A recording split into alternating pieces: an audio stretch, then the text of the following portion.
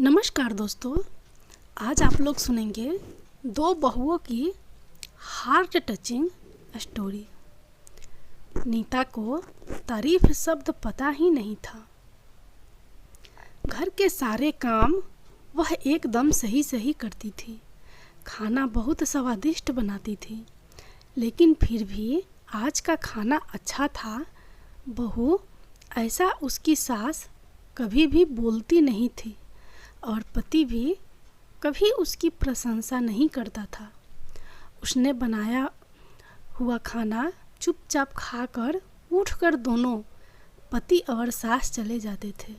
उसने खाना खाया या नहीं, इसका उन दोनों को फर्क नहीं पड़ता था। सास को वह पसंद नहीं थी। उसके हाथों से जरा सी भूल हो गई तो सास तुरंत गुस्सा करती थी।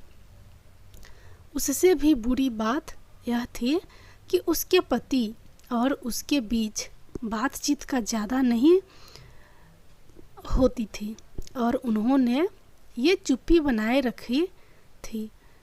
वह उस पर ध्यान नहीं देता था। परदेश में पढ़ाई करने गया हुआ छोटा देवर मात्र समय समय पर नीता को फ़ोन करता था। पूछता था भाभी कैसी हो। उसका फ़ोन आने पर नीता बहुत खुश होती थी। अपना मन हल्का करने का उचित स्थान था नीता का। कुछ ही दिनों में देवर की पढ़ाई खत्म हो गई और वह घर आया। थोड़े समय के भीतर उसे एक अच्छी नौकरी भी मिल गई। नीता को बहुत आनंद हुआ। नौकरी लग जाने के बाद उसकी सास अपने छोटे बेटे की शादी के लिए बातचीत करने लगी, पर देवर को एक भी लड़की पसंद नहीं आती थी। इसने ही बोला होगा उसे मना करने को सोचकर सास नीता को ही दोषी दे रही थी। नीता को चिंतित देखकर देवर ने अपनी माँ से कहा, मैं एक लड़की से बहुत प्यार करता हूँ, मैं उसी से शादी करूँगा। उसने जिद की।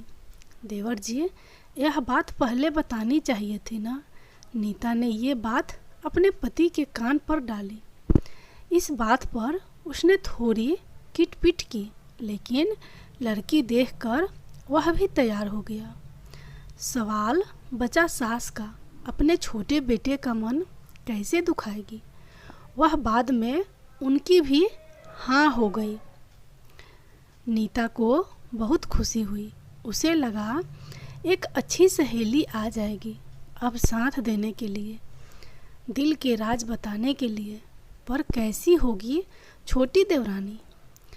रस बस जाएगी हमारे साथ और इस घर में, या वह एक अलग दुनिया बसाने पर जोर देगी। देवर जी को इस विचार से थोड़ा टेंशन में आ गई नीता।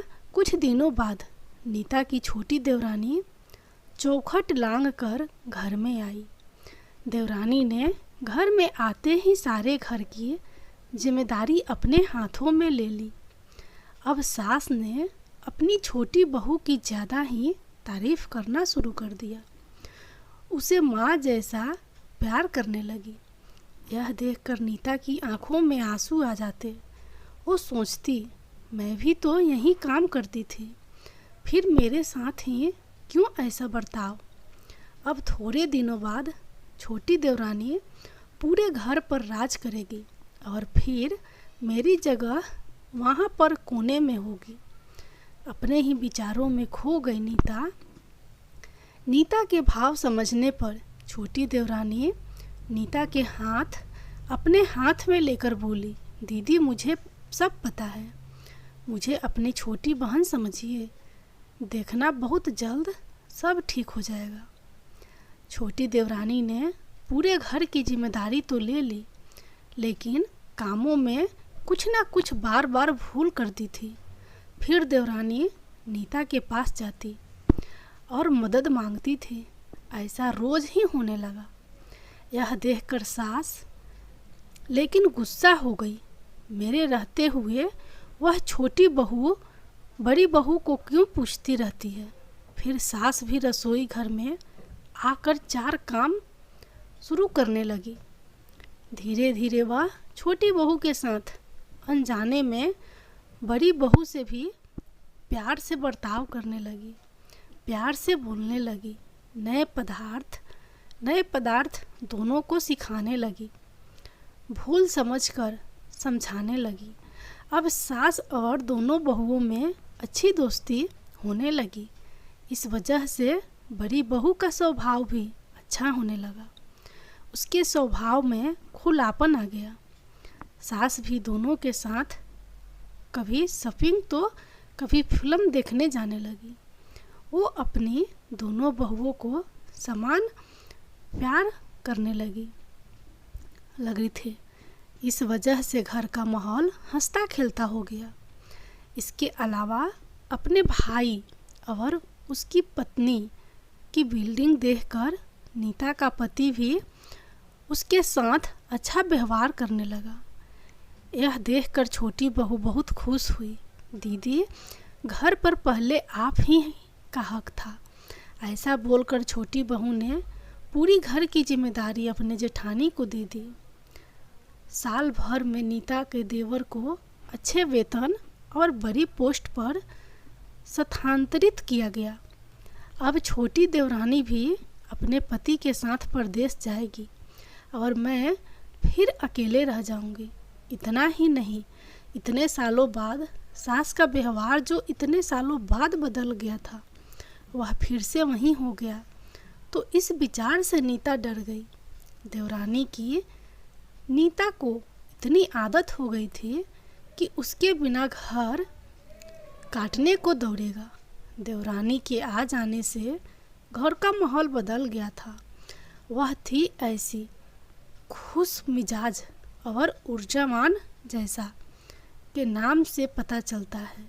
यहाँ देवरानी की हालत भी कुछ अलग नहीं थी।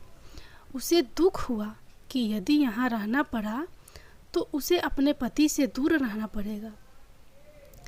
नीता के देवर की जाने की गड़बड़ और देवरानी मात्र टेंस होने के कारण नीता सोच में पड़ी। अंत में उसने देवरानी को पूछा तो देवरानी ने जवाब दिया कि दीदी, मैं सारा दिन नए स्थान पर अकेली रहूँगी, उससे अच्छा मैं यहीं हूँ। आपके देवर को बोला है मैं शनिवार और रविवार की छुट्टियों में आप ही यहाँ आ जाया करूँगी। मैं भी उनके साथ जाया करूँगी।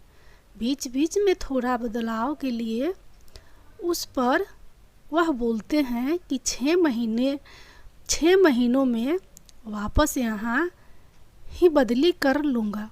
मैं अपने पति की नकल करके, देवरानी बोली और छोटी देवरानी भी हंसने लगी। अपनी आंखों के आंसू पोंछते हुए नीता बोली, छोटी, यह दिन वापस नहीं आने वाले।